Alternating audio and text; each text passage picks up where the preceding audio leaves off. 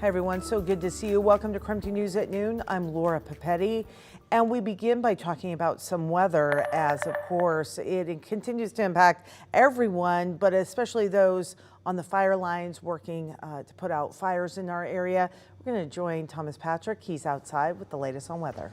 Hey there, Laura. And these last 3 days have been nothing short of fantastic. I cannot understate that these last 3 days have been the best case scenario for the inland Northwest, especially after we had the fires that started last Friday and, of course, the poor air quality from this past weekend. Rain Tuesday, a nice cooler day yesterday, and even this morning we had lows in the 40s. That is all wonderful news when it comes to especially firefighting efforts. Current temperatures at 71. We are enjoying just a fantastic day weather-wise. The winds are calm, and though it looks hazy, we are not seeing bad air quality. It's all in the acceptable range. We can be out here all day long if we want, and that sunshine certainly will be. Expecting an afternoon temperature of about 80 degrees. That'll be just a touch warmer than it was yesterday. And when I say it's not really that bad, it isn't, because here's our smoke computer modeling. It's a light haze in any direction that you look, but it's no worse than that. Maybe a little extra smoke across northern Okanagan County due to the Crater Creek fire. But again, that's the worst of it. Our air quality has remained in the moderate category, and just barely, because moderate starts at 51. And we're at 53, and that's where it's been the last couple hours. So expecting the air quality to still hold out and be acceptable both today and for tomorrow. But now we are going to be tracking summer heat, because while we enjoyed a couple cool days, well, those 90s are going to be back on us in just a few days. Thomas, appreciate the update. Fire crews in Medical Lake have now confirmed the Gray Fire is 58% contained. That's at last report today. The fire has killed one person, burned over 10,000 acres, and destroyed at least 185 structures. KREM 2's Brandon T. Jones recently spoke to folks about where the fight against the fire currently stands. Yeah, and as that progress on the Gray Fire continues, the command center has moved over here to Medical Lake. This is property of the Eastern State Hospital, and hundreds of firefighters remain in the region while they work to fully contain what remains from the flames that burst out.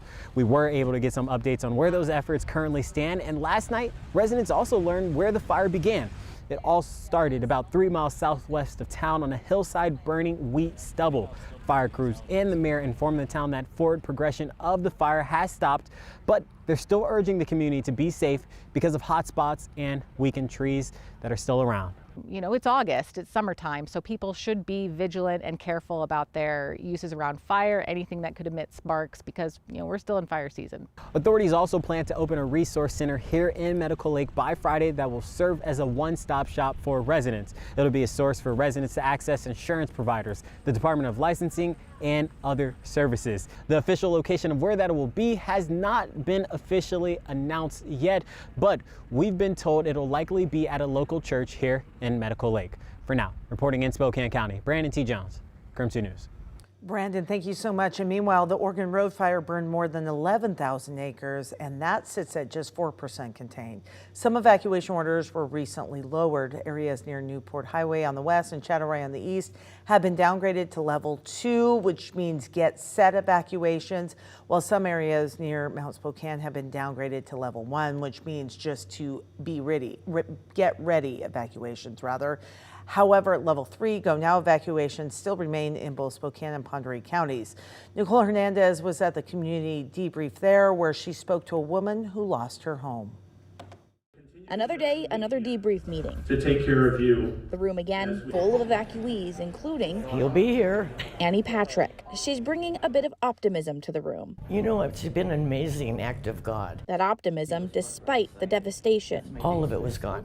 I have 10 acres. I had a 100-year-old craftsman home. She says it's all in God's plan for her. That's my basement with the chimney. That plan going back decades. We lived here during Firestorm originally in the 90s, so we pulled in my high school, middle schooler, and my 5-year-old, and we went out there and helped them put that fire out. And as soon as we were done, my kids got in the car and said, "Where can we go next?" Where to next turned into a lifelong passion. My proud boy. I love you so much. I'm so proud of you. Annie's son. So proud. Thank you. This is Dusty Patrick. Well, how old were you when Firestorm came? 7th grade. 7th grade he was in. Decades later, Dusty now working for Spokane County Emergency Management. So now he's helping others. What a beauty. There's that optimism again. I love you. Can I get a hug afterward too? After another hard day for everyone still out of their homes. In Chattaroy, Nicole Hernandez, KREM 2 News. And as firefighting efforts continue, Spokane Regional Emergency Communications announced a new tool to help people figure out if they are in a wildfire evacuation zone. So on the map, you're able to enter your address and it will tell you what level evacuation zone you're in. For the Gray Fire, we entered the address for the Medical Lake Library and learned it is in a level 1 evacuation zone. For the Oregon Road Fire, we entered the address for the Elk Cemetery and learned it is in a level 3 evacuation zone. On Facebook, SREC says this tool has been in development for a while, but they wish it had been ready before the latest fires broke out. The map is still in the testing phase right now, but if you would like a link to it, all you need to do is text the word FIRE to 509-448-2000. That's our text line, and we will send a link right to your phone. The man accused of murdering 4 University of Idaho students last fall has waived his right to a speedy trial, and that means his trial will not start on October 2nd as originally planned. Brian Coburger appeared in court yesterday. His public defender says there just isn't enough time for them to review the evidence, finish investigations, and prepare in order to begin in October. The state agreed more time could be beneficial. The Latah County prosecutor says while the state would like to wrap this trial up quickly, this case is highly important and deserves to have the most effective counsel.